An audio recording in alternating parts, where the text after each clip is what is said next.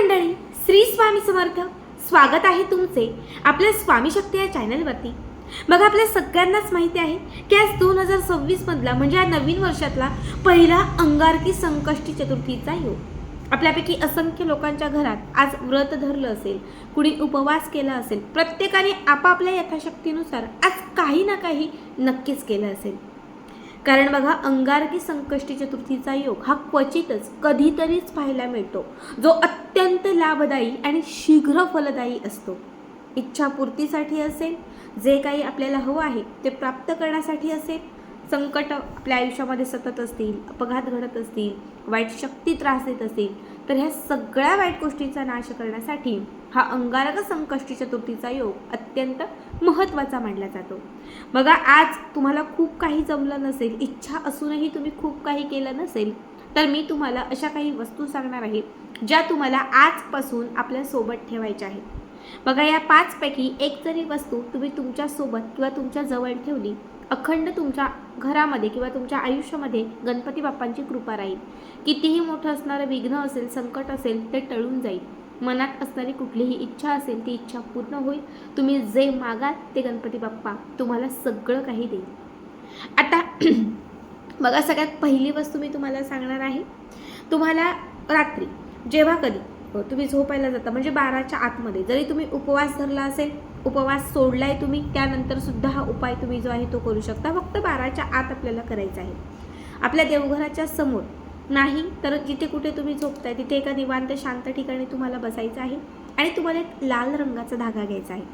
लाल पिवळा बघा कलावा असतो, अशा पद्धतीचा हा कलावा तुम्हाला घ्यायचा आहे आणि त्याच्यासोबत तुम्हाला 2 लवंग घ्यायचे आहे. फुलवाले अख्ख्या 2 लवंगा घ्यायच्या. 2ही लवंगा कलाव्यात. तुमच्याकडे नुसता लाल धागा असेल, सुती धागा, रील असेल ज्याने आपण ब्लाउज वगैरे शिवतो, तुम्ही तो घेतला तरीही चालेल. कुठलाही लाल धागा किंवा लाल पिवळा कलाव्यामध्ये 2 लवंग बांधायच्या. 2ही लवंग बांधत असताना इच्छा व्यक्त करायची आणि ह्या 2ही लवंगा उजव्या हातामध्ये घेऊन गणपती बाप्पांचं स्मरण करायचं. गणेश गायत्री मंत्र म्हणू शकता, गणपती स्तोत्र म्हणू शकता, अथर्व शीर्ष म्हणू शकता किंवा संकटमोचन मंत्र म्हणू शकता. तुम्हाला जी गणपती बाप्पांची सेवा असेल, जो मंत्र येत असेल तो तुम्हाला 5 मिनिटं म्हणायचा आहे आणि ह्या 2ही लवंगा तुम्हाला आज रात्री आपल्या उशीखाली ठेवायच्या आहेत. बघा, ह्या 2ही लवंगा रात्रभर उशीखाली ठेवा. सकाळी उठलात की या 2ही लवंगा देवघरामध्ये म्हणजे आंघोळ वगैरे झाली की ह्या 2ही लवंगा देवघरात ठेवा. पुन्हा रात्री झोपताना उशीखाली ठेवा, दिवसा त्या देवघरामध्ये ठेवा. जर तुम्ही पुढची संकष्टी चतुर्थी येईपर्यंत या 2 लवंगा रोज रात्री झोपताना उशीखाली ठेवल्या आणि सकाळी देवघरासमोर म्हणजे गणपती बाप्पांच्या समोर, बाप्पांच्या मूर्ती किंवा फोटोसमोर तुम्ही ठेवल्या, तुम्हाला सांगते, तुम्हाला सतत वाटणारी भीती कुठेतरी दूर होईल. त्या लवंगांमध्ये तुम्हाला जे काही हवं आहे ते तुम्हाला प्राप्त होईल. तुम्ही जे मागाल ते तुम्हाला मिळेल. पुढची चतुर्थी येण्याच्या आतच तुमची इच्छा पूर्ण झालेली असेल, जरी इच्छा पूर्ण झाली तरीही तुम्हाला हे आपल्यासोबतच ठेवायचं आहे. पूर्ण 1 महिना पूर्ण झाला, पुढची संकष्टी चतुर्थी आली की त्यावेळेस कुठल्याही गणपती बाप्पांच्या मंदिरामध्ये जायचं नाही, तर कुठल्याही मंदिरामध्ये जायचं आणि या 2ही लवंगा तिथे जो कुठला दिवा लावलेला असेल त्या दिव्यामध्ये घालायच्या, म्हणजे दिव्यातील तेलामध्ये अर्पण करायच्या आणि घरी यायचं. बघा, हा उपाय खूप लाभदायी आहे, नक्की करा. आता मी तुम्हाला दुसरा उपाय सांगते. बऱ्याच वेळा काय होतं की आपली एखादी इच्छा अपूर्ण राहते, सतत त्या इच्छेमध्ये अडथळा येतो, विघ्न येतं, काही ना काही असं होतं की ती इच्छा पूर्णच होत नाही. मग अशा वेळेस काय करा, एक छोटा कागद घ्या, लाल सफेद कुठलाही चालेल, एक छोटा कागद घ्या, त्या कागदावर इच्छा लिहा. इच्छा लिहिलेला कागद गणपती बाप्पांच्या समोर ठेवून द्या आणि त्याच्यासोबत आपल्याला 7 तांदळाचे दाणे घ्यायचे आहेत. 7 तांदूळ अक्षदा. 1 तांदळाचा दाणा उजव्या हातात घ्यायचा, इच्छा व्यक्त करायची, बाप्पांना ती इच्छा सांगायची आणि 1 वेळा गणपती बाप्पांचं गणेश मंत्र म्हणायचं. नित्यसेवेमध्ये सुद्धा आहे, 44 म्हणजे 44 पेज नंबरवरती मला वाटते आहे ते. तुम्हाला फक्त गणपती स्तोत्र म्हणायचं आहे आणि त्याच्यानंतर हा अभिमंत्रित केलेला तांदळाचा दाणा इच्छावरती ठेवून द्यायचा आहे. पुन्हा दुसरा तुम्हाला तांदळाचा दाणा घ्यायचा आहे, पुन्हा आपली इच्छा व्यक्त करायची आहे, पुन्हा गणपती बाप्पांचं स्मरण करायचं आहे, पुन्हा गणेश मंत्र म्हणून तुम्हाला हा तांदळाचा दाणा तिथे ठेवायचा आहे. असे तुम्ही घेतलेले 7च्या 7ही तांदळाचे दाणे अभिमंत्रित करून ज्या कागदावर तुम्ही इच्छा लिहिलेली आहे तिथे ठेवून दिले की त्या कागदाची पुडी किंवा एक छान घडी करायची आणि आज या संकष्टी चतुर्थीपासून अंगारकी चतुर्थीपासून पुढची चतुर्थी येईपर्यंत हे इच्छाप्राप्तीची पुडी आपल्याजवळ ठेवायची.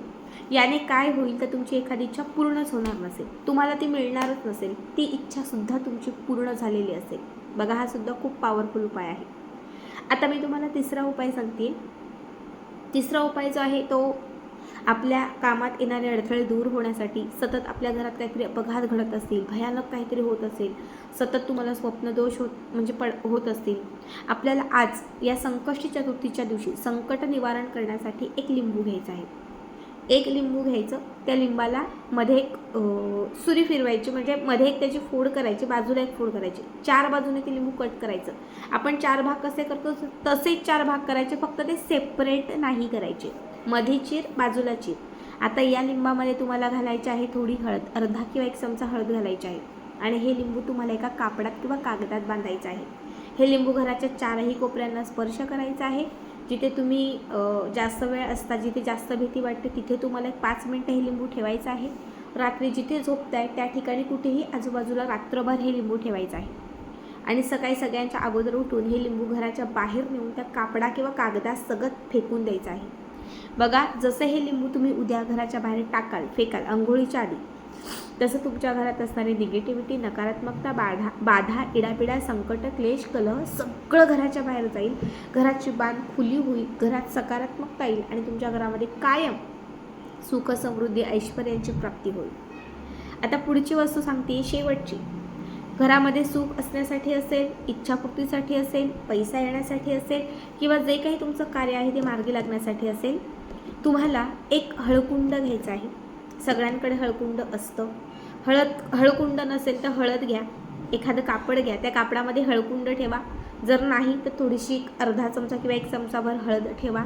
आता कापडामध्ये हे हळकुंड बांधा, कागदाची पुडी करा. त्याच्यानंतर ही तयार केलेली जी पुडी आहे ही फक्त आपल्या उजव्या हातामध्ये घट्ट पकडा, 5 मिनटं पकडा आणि ही पुडी आपल्या हातात ठेवून गणपती बाप्पांना विनवणी करा. बाप्पा, माझ्या आयुष्यात सुख येऊ दे. गणपती बाप्पा, माझ्या आयुष्यामध्ये ऐश्वर्य येऊ दे, धनाची प्राप्ती होऊ दे. कारण बघा, हळद ही लक्ष्मीला खेचून आणते, हळद इच्छापूर्ती करते, हळद नकारात्मकतेचा नाश करते, संकट, क्लेश, कलह, वाईट शक्तींचा नाश करते. म्हणून हळद हातात घेऊन बाप्पांना स्मरण करायचं आहे, इच्छा व्यक्त करायची आहे. रात्रभर ही हळद आपल्या जवळ ठेवायची आहे. सकाळी उठल्यानंतर, अंघोळ झाल्यानंतर ही हळद किंवा हळकुंड जे तुम्ही घेतलं आहे ते एका ग्लासमध्ये किंवा एखाद्या पातेल्यात पाणी घेऊन त्याच्यामध्ये टाकायचं आहे. हळदीचं पाणी किंवा हळकुंड टाकलेलं हे पाणी आहे घराच्या बाहेर कुठल्याही, तुळस सोडून कुठल्याही झाडाला ते तुम्हाला अर्पण करायचं आहे. याने तुमच्या घरातील निगेटिव्हिटीही जाईल, नकारात्मकताही जाईल, घरात धनाची प्राप्तीही होईल, घरात सुख, ऐश्वर्य, समाधान, क्लेश, कलह हे सगळं दूर होऊन तुमच्या घरात कायम लक्ष्मी वास करेल. खूप साधे सोपे उपाय सांगितले, नक्की करा.